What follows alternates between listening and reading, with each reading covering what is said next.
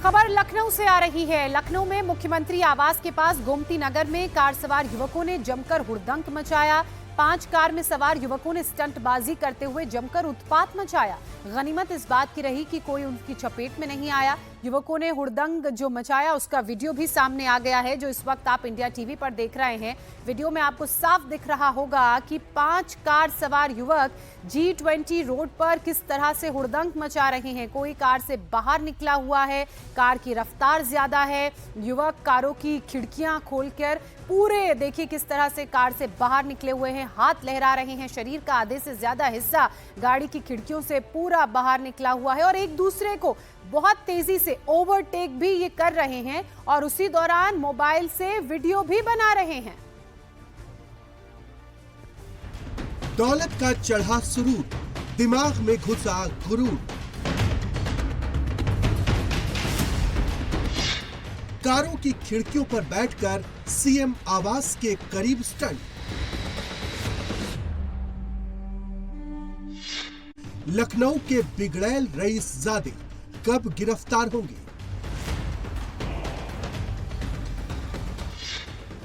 रीलबाजी की सनक ऐसी, कानून की ऐसी की तैसी। जान जाए तो जाए पर रील की सनक न जाए।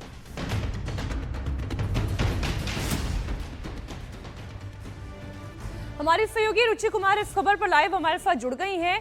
रुचि, इन लोगों को रील बनाने की ऐसी सनक है कि ये समझ दिमाग से ऊपर चली गई है कि कार की सीट कार में बैठने के लिए होती है, ना कि खिड़की। क्या कर रही है पुलिस?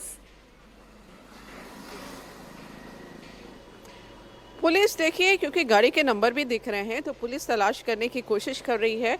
और ये जहां स्टंट कर रहे हैं वो जनेश्वर मिश्रा पार्क है। G20 रोड से फ्लाईओवर उतरता है जनेश्वर मिश्रा पार्क पे, और लखनऊ का सबसे बड़ा पार्क है। बड़ी तादाद में लोग आते हैं वहाँ पर, छोटे छोटे बच्चे भी आते हैं, फैमिलीज आती हैं घूमने के लिए। उस सड़क पे इस तरह का स्टंट हो रहा है तो काफ़ी ज़्यादा खतरनाक है। आप देखिए, क्योंकि मौसम थोड़ा कोहरे का है, कोहरा भी है, तो इस तरह का स्टंट करना, अपनी तो चलिए आपको फिक्र नहीं है, लेकिन दूसरों की भी जान खतरे में डाल रहे हैं इस तरह के स्टंट करके।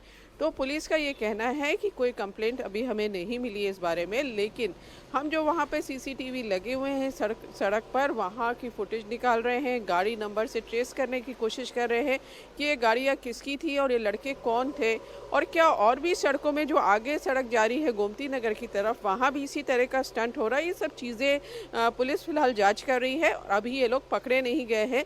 लेकिन बार बार हम देखते हैं कि इस तरह के स्टंट लखनऊ की भीड़ वाली सड़कों पे होते हैं, पुलिस कार्रवाई करती है, जेल भी भेजती है, तब भी ये लोग बाज नहीं आ रहे। रुचि, बिल्कुल कार्रवाई करने के बाद लोग बाज नहीं आ रहे हैं और बहुत ही जानलेवा स्टंट की तस्वीरें हैं, इस लिहाज से कि आपको अपनी जान की परवाह नहीं है, लेकिन भरी दोपहरी में इस तरह के स्टंट्स को अंजाम दिया जा रहा है। आसपास बाकी गाड़ियां दिख रही हैं, ट्रैफिक प्रभावित हो रहा होगा और बड़ी रैशली एक दूसरे को ये गाड़ियां ओवरटेक करती हुई भी नजर आ रही हैं। क्या इन गाड़ियों में सवार इन लोगों की पहचान हो सकी है? क्या पता चल पाया है ये कौन है, कहां के हैं और ये किस दिन का वीडियो है? देखिए, पुलिस ये सारी चीज़ों की पड़ताल कर रही है, क्योंकि ये वीडियो सोशल मीडिया पर आया तो पुलिस का कहना है कि हमने इसको देखा। जो G20 रोड है, जो फ्लाईओवर उतर रहा है जनेश्वर मिश्रा पार्क में, वहाँ बहुत सारे कैमरे लगे हुए हैं।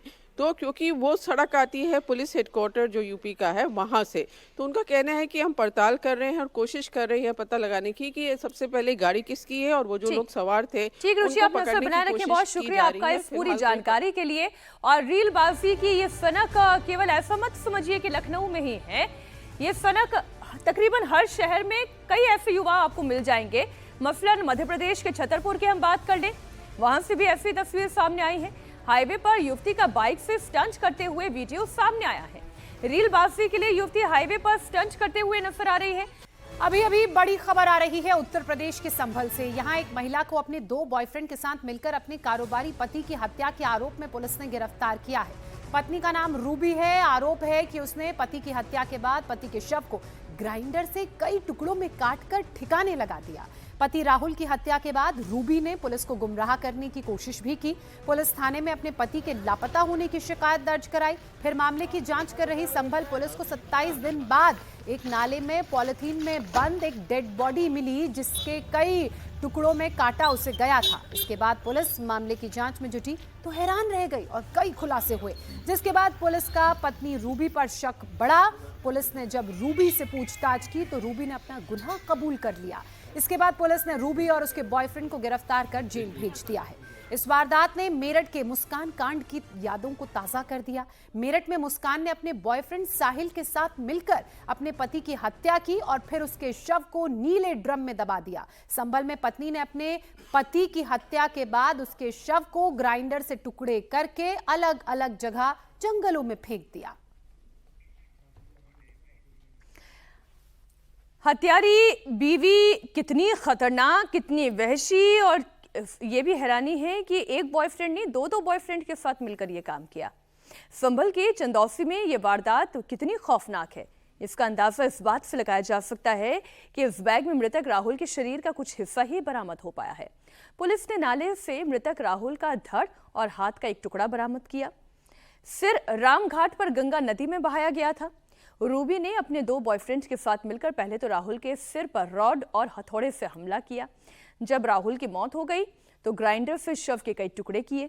पति के शव को ठिकाने लगाने के बाद पत्नी ने खुद को बचाने के लिए 6 दिन यानी कि 18 नवंबर को पति के लापता होने की शिकायत पुलिस में दर्ज कराई।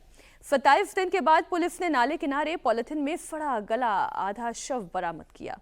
पोस्टमार्टम के दौरान शव के कटे हुए हाथ पर राहुल का नाम का टैटू दिखाई दिया और तब कहीं जाकर मृतक के शव की पहचान हुई। फिर रूबी से पूछताछ हुई। पुलिस जब राहुल के घर पहुंची तो वारदात में इस्तेमाल की गई लोहे के रॉड, तख्त और हीटर पर खून के सूखे धब्बे मिल गए हैं। पॉलीथीन के बैग में जो आधा कटा धड़ है उसको फेंका था नाले के अंदर और ऐसी जगह पे भेजा था, रखा था सुनसान जगह पे जहाँ कोई सीसीटीवी कैमरे नहीं है। प्रॉपर रेकी करने के बाद में इन्होंने उस जगह पे डेड बॉडी को फेंका था। इन्होंने हथौड़ा से और लोहे के अन्य औजारों से वार करके उस व्यक्ति को मारा था। उसके बाद में ग्लेंडर लाके उस व्यक्ति को धड़ वगैरह वो काटा था। एक पार्ट को है उन्होंने नाले में फेंक दिया था और बाकी को उन्होंने राजघाट में जाके वहाँ पे प्रवाहित कर दिया था। 18/11 तारीख को 18 नवंबर को रूबी नाम की एक महिला ने गुमशुदगी दर्ज कराई थी और उस महिला के द्वारा बताया गया कि उसके पति है वो कहीं गायब हो गए हैं। उसके कुछ दिन बाद में यहाँ एक नाले में एक डेड बॉडी मिली जिसमें उसके पाँव नहीं थे, हाथ नहीं थे, सिर नहीं था। इस तरह की अधकटी जो डेड बॉडी है उसको पुलिस ने शव को कब्जे में लिया, उसका पोस्टमार्टम कराया, उसका डीएनए भी प्रिजर्व कराया उसका और फॉरेंसिकली उस बॉडी को पूरा एग्जामिन किया गया था। उस बॉडी पे राहुल नाम लिखा था।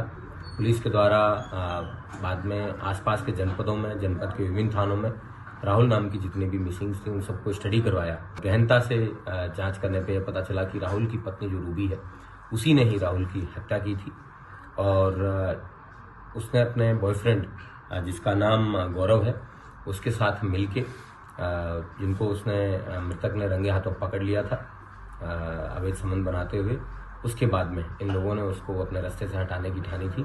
इस प्रकार इन दोनों व्यक्तियों को जिनके नाम गौरव और रूबी, इन दोनों को गिरफ्तार करके आज जेल भेजा जा रहा है। इनके पास से जिस ग्राइंडर का यूज करके इन्होंने कटर से काटा था वो भी बरामद हुआ है। तो एक तरफ पुलिस गौरव और रूबी को उनके गुनाह की सजा दिलाने की बात कह रही है, वहीं मृतक राहुल की नाबालिग बेटी अपने पिता के कातिल के लिए फांसी की सजा की मांग कर रही है। हम ये चाहते हैं कि जिसने ये करा है, 3 जने हैं ये, हमने सुना है। कौन कौन? अभिषेक और गौरव और रूबी। रूबी कौन है आपकी? जी हाँ, मम्मी है। मैं ये चाहती हूँ जिसने भी मेरे पापा के साथ करा है उसे फांसी होनी चाहिए। जो खूनी है ना हमारे पापा का, उसे छोड़ा जा रहा है। कौन? ये अभिषेक जो है उन्हें छोड़ा जा रहा है, जो खूनी है हमारे पापा का, और जो खूनी नहीं है उन्हें पकड़ा जा रहा है। अब हम ये तो कह नहीं रहे हैं कि हमारी मम्मी को छोड़ा, हमारी मामा को छोड़ा, ये तो कह नहीं रहे हैं। लेके जाओ, तीनों को लेके जाओ, तुम तीनों को फांसी दो, कुछ भी करो, पर तीनों को सजा मिलनी चाहिए ना। हमारे सहयोगी अभय पराशर इस खबर पर जुड़ गए हैं। अभय, बड़ा ही खौफनाक ये मर्डर है, पुलिस की क्या कार्रवाई है? देखिए बिल्कुल खौफनाक बढ़ रहा मीनाक्षी, और तकरीबन 1 महीना हो गया। 1 महीने से लगातार पुलिस को बरगलाने में लगी हुई थी रूबी नाम की ये जो महिला है, जिसकी 10 साल की बच्ची है और अपने पिता की मौत पर ये इंसाफ चाह रही है, फांसी चाहती है जो आरोपी हैं। असल में 1 महीने पहले रूबी जो है वो चंदौसी कोतवाली पहुंचती है, कहती है उसका पति गायब हो गया है। इन्वेस्टिगेशन आगे लगातार बढ़ाई जाती है, राहुल को ढूंढने की कोशिश की जाती है, लेकिन कुछ पता नहीं लगता। उसके बाद नाले के पास से कुछ बॉडी के पार्ट्स मिलते हैं, जिसमें हाथ, जो कटा हुआ हाथ होता है, उस पर राहुल लिखा होता है। पुलिस का शक गहराता है, पुलिस कई सारे मिसिंग राहुल की तलाश करती है, और उसके बाद जब सख्ती से पूछताछ की जाती है रूबी से, तो वो तमाम हथियार बरामद हो जाते हैं, जिसमें हथौड़ा है जिससे मारा गया, ग्राइंडर जो था जिससे हाथ पैर काटे गए ताकि पहचान ना हो सके। और ये तब हुआ जब रंगे हाथों रूबी को पकड़ लिया उसके बॉयफ्रेंड के साथ उसके पति राहुल ने। इस पूरे मामले के अंदर जो आरोपी पत्नी है रूबी, उसको गिरफ्तार कर लिया गया है। दोनों बॉयफ्रेंड, जिसमें गौरव नाम का बॉयफ्रेंड है, एक और उसका दूसरा बॉयफ्रेंड था, उसको भी पकड़ लिया है। जो रिकवरी करनी थी वो सब बरामद कर ली गई है, और पुलिस की कोशिश ये है कि सारे सबूत मिल गए हैं। जिस तरीके से मेरठ वाले केस अबे देखिए, सबूत तो सारे मिल गए हैं, लेकिन अभी हम पीड़ित की बेटी को सुन रहे थे। बेटी का ये कहना है कि 2 लोगों को पकड़ा गया है, अभिषेक को अभी पकड़ा नहीं गया है, और वो तीनों को फांसी की सजा देने की मांग कर रही है। बहरहाल आगे इस पर आपसे और जानकारी लेंगे। शुक्रिया आपका। अब खबर एयर इंडिया एक्सप्रेस के बदतमीज पायलट की, जिसके खिलाफ दिल्ली पुलिस ने एफआईआर दर्ज कर ली है। ये एफआईआर पीड़ित यात्री अंकित देवान की शिकायत पर दर्ज की गई है। अंकित देवान ने यह आरोप लगाया था कि शुक्रवार को दिल्ली एयरपोर्ट के टर्मिनल 1 पर off duty pilot Virendra Sejwan ने उनके साथ मारपीट की। अंकित ने इसका वीडियो सोशल मीडिया पर भी शेयर किया, जिसके बाद नागरिक उड्डयन मंत्रालय ने पूरे मामले की जांच के आदेश दिए। साथ ही एयर इंडिया एक्सप्रेस ने पायलट को सस्पेंड कर दिया। अब पायलट को पूछताछ के लिए पुलिस बुलाएगी। आपको ये बता दें कि वो जो वीडियो सामने आया था, उसमें बड़ी बेरहमी से पायलट इस यात्री को मारता हुआ दिख रहा था। कुमार सोनू हमारे सहयोगी इस पर जुड़ गए हैं। पैसेंजर से गुंडागर्दी की ये तस्वीरें जो हैं हैरान करने वाली भी हैं। ये मामला हुआ कैसे? देखिए, शुक्रवार की पूरी घटना है मीनाक्षी, जब जो अंकित दीवान है वो अपने परिवार के साथ T1 पर थे, टर्मिनल 1 पर थे। तो उस दौरान लाइन को लेकर जो है दोनों के बीच विवाद हुआ, जिसमें वीरेंद्र सेजवाल एक पार्टी हैं जो कि एयर इंडिया एक्सप्रेस के पायलट है, वहीं अंकित दीवान जो दूसरी तरफ थे। दोनों पक्षों के बीच में पहले तो कहासुनी हुई, फिर विवाद हुआ। विवाद इतना बड़ा कि आरोप लगा कि वीरेंद्र सेजवाल ने अंकित दीवान को इतना बुरी तरीके से पीटा कि उसको चेहरे पर जो है खून आने लगा, जिसके बाद उसको जो है इलाज के लिए वो वहां से चला गया। लेकिन अब दिल्ली पुलिस को अंकित दीवान ने कल ईमेल के जरिए पूरी शिकायत दी है, जिसके बाद दिल्ली पुलिस ने वीरेंद्र सेजवाल के खिलाफ धारा 115, 126, 351 BNS के तहत मुकदमा दर्ज कर लिया। अब दोनों को जो है पूछताछ के लिए बुलाया भी जाएगा। साथ ही साथ आपको बता दें कि घटना का वीडियो सोशल मीडिया पर वायरल होने के बाद एयर इंडिया एक्सप्रेस ने वीरेंद्र सेजवाल को जो है फिलहाल सस्पेंड कर दिया था, और किसी भी तरह से फ्लाइट उड़ाने से उसे मना कर दिया था। DGCA के भी जो है जांच के आदेश दिए थे DGCA ने भी, जिसके बाद ये पूरा कदम उठाया गया। फिलहाल पुलिस जो है पूरे मामले की जांच में जुटी हुई है। बहुत शुक्रिया कुमार आपका इस पूरी जानकारी के लिए। आइए अब बात करते हैं अमेरिकी ड्रीम की। अमेरिका जाने के लिए अक्सर लोग क्या करते हैं, डंकी रूट का सहारा ले लेते हैं। लेकिन ये डंकी रूट कितना खतरनाक होता है, इसके सबूत पहली बार कैमरे में कैद हुए हैं। डंकी रूट के रास्ते अमेरिका जाने के 13 वीडियो सामने आए हैं। ये वीडियो अमेरिका से डिपोर्ट किए गए हरियाणा के कुरुक्षेत्र के एक युवक ने बनाए हैं। इस वीडियो में अवैध तरीके से अमेरिका जाने के खतरे साफ साफ दिखाई दे रहे हैं। वीडियो में ये दिख रहा है, बड़ी संख्या में युवा जंगल से गुजर रहे हैं, जान को हथेली पर रखकर नाव में बैठकर समंदर पार कर रहे हैं, सड़कों के किनारे जमीन पर लेटकर रात गुजार रहे हैं, और फिर एक कंटेनर में ठुसकर, लिटरली देखिए इस तस्वीर को, फिर वो आगे भेजे जा रहे हैं।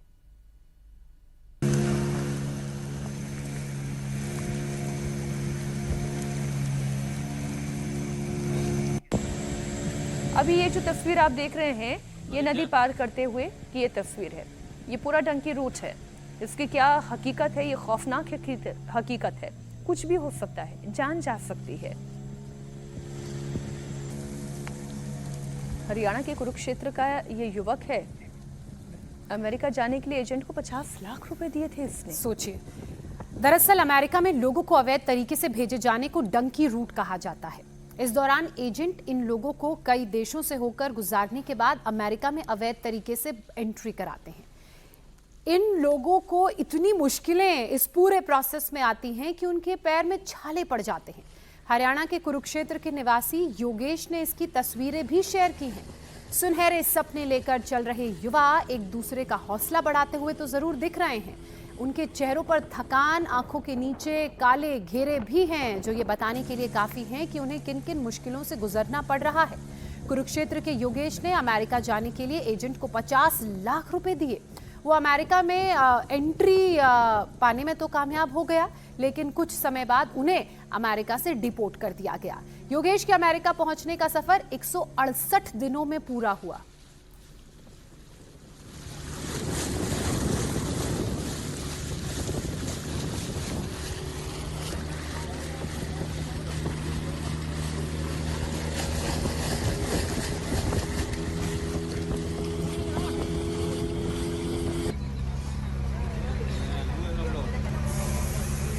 ये डंकी रूट का ही वीडियो है जो इस वक्त आप देख रहे हैं। कुरुक्षेत्र के योगेश ने अमेरिका जाने के लिए एजेंट को 50 लाख रुपए दिए।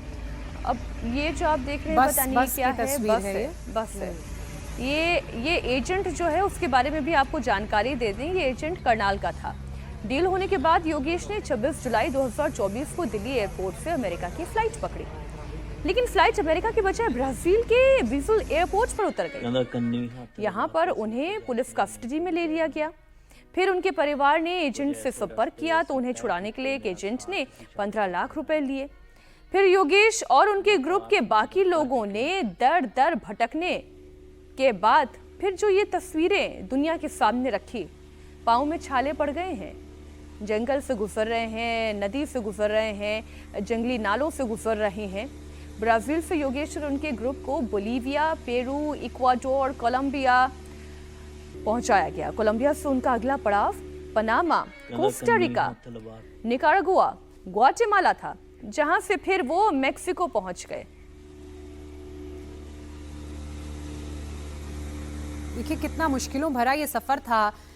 कभी बोट से रास्ता पार करने की कोशिश हो रही है, कभी जंगलों से, और उस दौरान इनके पैरों में छाले पड़ गए। परेशानियां इन्हें कितनी हो रही थी वो ये तस्वीरें बताने के लिए काफी हैं, लेकिन सफर था अमेरिका तक का, इसलिए हर मुश्किल, हर परेशानी को झेलते हुए देखिए चेहरे पर खुशी आपको इनके जरूर नजर आ रही होगी। आगे बढ़ रहे थे ये।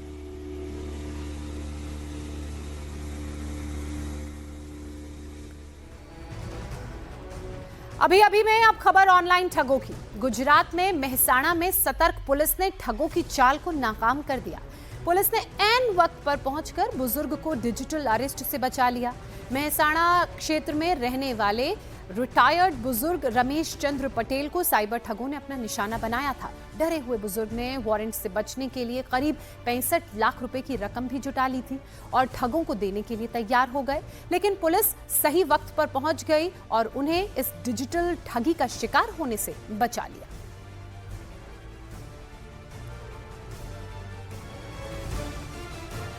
डिजिटल ठगी से जुड़ी हुई एक और बड़ी खबर अभी अभी आ रही है पंजाब से। पटियाला में पूर्व आईजी अमर सिंह चहल ने सोमवार को रिवॉल्वर से खुद को गोली मारकर आत्महत्या करने की कोशिश की। अमर सिंह चहल आईजी के पद से रिटायर हुए थे। घटना के बाद नाजुक हालत में उन्हें अस्पताल में भर्ती कराया गया, जहां उनकी हालत गंभीर बनी हुई है। अमर सिंह चहल को गोली छाती के पास लगी, जिससे उनका लिवर डैमेज हुआ। लंग्स डैमेज होने की खबर आ रही है। डॉक्टर्स ने अमर सिंह का तुरंत ऑपरेशन भी किया। अब अमर सिंह को अंडर ऑब्जर्वेशन रखा गया है। पुलिस ने घटनास्थल से एक सुसाइड नोट भी बरामद किया है। इसमें चहल ने ऑनलाइन ठगी में 8 करोड़ 10 लाख रुपए के नुकसान की बात कही। पंजाब के डीजीपी के नाम से भेजे गए सुसाइड नोट में चहल ने पूरा विस्तार, पूरी आपबीती अपने विस्तार से बताई। कैसे वो ट्रैप में फंसे, कैसे उनसे ठगी की गई, पुलिस मामले की जांच कर रही है।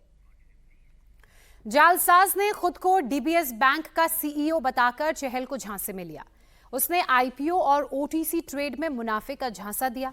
चहल उसकी बातों में आ गए और 3 बैंक खातों से 8 करोड़ 10 लाख रुपए ट्रांसफर कर दिए। इनमें से 7 करोड़ रुपए उन्होंने उधार लिए थे, लेकिन जब डैशबोर्ड पर मुनाफा फर्जी दिखा तो उन्होंने पैसे निकालने की कोशिश की। इसके बाद जालसाजों ने उनका पैसा लौटाने के बजाय उनसे उगाही शुरू कर दी। पुलिस के मुताबिक चहल ने ऑनलाइन निवेश की बात परिवार समेत किसी को नहीं बताई थी और वो तनाव में थे। परिवार को नहीं पता था। It was very unfortunate. अगर सर परिवार से बात करते, जब पुलिस परिवार जो हमारे डीजी सर से लेकर एसएसपी सर तक किसी से भी बात करते, तो मैं बड़ा इस बात में आश्वस्त हूं। तो इसका हल निकलता, इसका लीगली लॉजिस्टिक हल निकलता। जो सर ने इतना एक्सट्रीम स्टेप लिया, इसकी नौबत ना आती। उन्होंने कोई शिकायत पहले नहीं दी थी? नहीं सर, वो he was very honest and upright officer. तो जब उनके साथ ये हुआ तो वो अपने सेल में चले गए और उसी का ये नतीजा है। अमर सिंह चहल के दोस्तों के लिए इस वारदात पर यकीन करना बहुत मुश्किल हो रहा है। हमारे लिए भी मुश्किल है, जो पुलिस पे इतने बड़े पद पर रहा है। अब उनके दोस्तों का कहना यह है कि उन्हें अंदाजा ही नहीं था कि पुलिस का पूर्व अधिकारी जालसाजों के शिकंजे में भी फंस सकता है। नहीं है जी, साडे नाल कोई गल नहीं हुई सी जी। पिछले वैसे 10 दिनों तो कदे मेरी गल भी नहीं हुई। कभी ऐसा हो कि वो टेंशन में हो या कुछ ऐसा हो? नहीं, कोई उन्होंने शो भी नहीं किया किसी को, जेडे भी जान पछाण दे। कभी ऐसा कुछ उन्होंने जिक्र किया? नो, कोई गल नहीं हुई। कभी इस बारे में कोई बात नहीं हुई कि ऑनलाइन ठगी? वधिया बंदे गल फालतू करते ही नहीं सी कोई भी। मतलब की गल करनी जिहदे नाल करनी। ईमानदार थे शायद, इसलिए इतनी बड़ी ठगी का शिकार भी हो गए। हो सकता, बिल्कुल ईमानदारी तो है ही सी उन्होंने। पुनीत परिंजे हमारे सहयोगी हमारे साथ जुड़ चुके हैं। पुनीत, ये विश्वास करना बहुत मुश्किल है कि पुलिस के इतने बड़े रिटायर्ड अधिकारी के साथ इस तरह से जालसाजी हो रही है। बिल्कुल बिल्कुल, ये दरअसल ये बात गले भी नहीं उतरती है कि एक आईजी स्तर का अधिकारी और उसके साथ ऑनलाइन ठगी हो जाए, और वो भी इतनी बड़ी कि खुद को आत्महत्या करने की नौबत आ जाए। हालांकि गनीमत ये रही कि अभी जो गोली है वो निकाल ली गई है, ऑपरेशन जो है वो सक्सेसफुल रहा है। हालांकि अभी अंडर ऑब्जर्वेशन रखा गया है, लेकिन अभी पुलिस के हाथ बंधे हैं, क्योंकि जांच तभी आगे बढ़ेगी जब आईजी जो है अमरजीत से उनसे पूछताछ होगी, चहल साहब से। उसके बाद ही पुलिस जो है आगे जांच कर पाएगी, क्योंकि ना तो उन्होंने परिवार से इस बारे में कोई जिक्र किया, ना ही किसी रिश्तेदार से, ना ही अपने किसी दोस्त से। लिहाजा पुलिस की जांच जो है वो अटकी है कि जैसे ही उनको होश आता है वो बात करने की स्थिति में होंगे, तो उसके बाद जो ऑनलाइन ठगी की गई है, क्या कौन लोग थे, क्या बात हुई, किस जगह का उन्होंने एड्रेस दिया था, ये तमाम मुद्दों पर बातचीत होगी। तभी जो है इस मामले पर जांच पूरी तरह से होश में आ जी। जाएंगे, तब उन्हीं से जो जानकारी मिलेगी उस पर पुलिस आगे की जांच कर पाएगी। बहुत शुक्रिया पुनीत आपका इस पूरी जानकारी के लिए। अभी में खबर उत्तर प्रदेश के उन्नाव से, जहां ईडी का शिकंजा करोड़पति यूट्यूबर अनुराग द्विवेदी पर और कस गया है। ईडी की छापेमारी में करोड़ों की संपत्ति का खुलासा होने के बाद जांच एजेंसियों ने यूट्यूबर के 4 लग्जरी कार, बैंक खाते में पड़े हुए 3 करोड़ से ज्यादा की रकम फ्रीज कर दी है। ताबड़तोड़ एक्शन के बाद YouTuber Anurag Dwivedi and company ने सोशल मीडिया से 3000 वीडियो डिलीट कर दिए। ईडी की टीम ने अनुराग के एक साथ 10 लोकेशंस पर रेड की है। दुबई में बैठे अनुराग द्विवेदी से अब पूछताछ की तैयारी है। 6 साल में कैसे अनुराग ने करोड़ों का साम्राज्य खड़ा किया, इसकी जांच भी की जा रही है। छापेमारी में अनुराग के घर से 20 लाख रुपए भी जब्त किए गए हैं। दुबई में अनुराग के रियल एस्टेट इन्वेस्टमेंट की भी पड़ताल की जाएगी। अनुराग द्विवेदी के पिता की अगर बात की जाए तो दुर्गा नाम से मेडिकल स्टोर है उनके पिता का। ये दुकान 2005 के आसपास खुली थी। यहाँ से 3 किलोमीटर दूर खजूर गांव है और इसी गांव में अनुराग का घर है। यूट्यूबर ने गांव में आलीशान घर बनवाया हुआ है। अपने गेमिंग ऐप और सट्टेबाजी की वजह से चर्चा में आए उन्नाव के यूट्यूबर अनुराग द्विवेदी के खजूर गांव में इस समय हम मौजूद हैं। ये वही खजूर गांव है जहां पर साल 2019 तक अनुराग द्विवेदी साइकिल से चला करता था। मात्र 9th क्लास तक पढ़ा है, लेकिन एकाएक यूट्यूब से और उसके बाद गेमिंग ऐप से, सट्टेबाजी से अनुराग द्विवेदी की दुनिया किस तरीके से बदली कि आलीशान मकान का वो मालिक हो गया।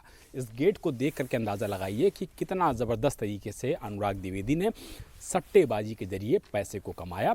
और इस गांव का, खजूर गांव की अगर बात कर लिया जाए तो सबसे जो बड़ा मकान है, सबसे आलीशान मकान है, जो 3 बीघे में बना हुआ है, इसका वो मालिक बन गया। सिर्फ खजूर गांव की ही बात नहीं करेंगे उन्नाव में, लखनऊ की बात करेंगे, उन्नाव की बात करेंगे, दिल्ली की बात करेंगे और विदेशों में दुबई की भी बात करेंगे, जहां पर अनुराग द्विवेदी ने इसी गेमिंग ऐप के ज़रिए जो पैसे कमाए उसका निवेश किया विदेशों में। और अभी भी अनुराग द्विवेदी अपनी शादी आलीशान तरीके से क्रूज़ पे करने के बाद अभी भी फ़िलहाल दुबई में ही है और ईडी के तमाम सम्मनों को जारी करने के बावजूद वो अब तक इन्वेस्टिगेशन को नहीं ज्वाइन कर रहा है। 3 बीघे में ये पूरी तरीके से आप देखिए जो आलीशान मकान है वो फिलहाल अनुराग द्विवेदी ने बनवाया। और गांव के लोग भी बताते हैं कि आज से 5-6 साल पहले तक इस आलीशान मकान की जहां सिर्फ एक नॉर्मल सा मकान होता था।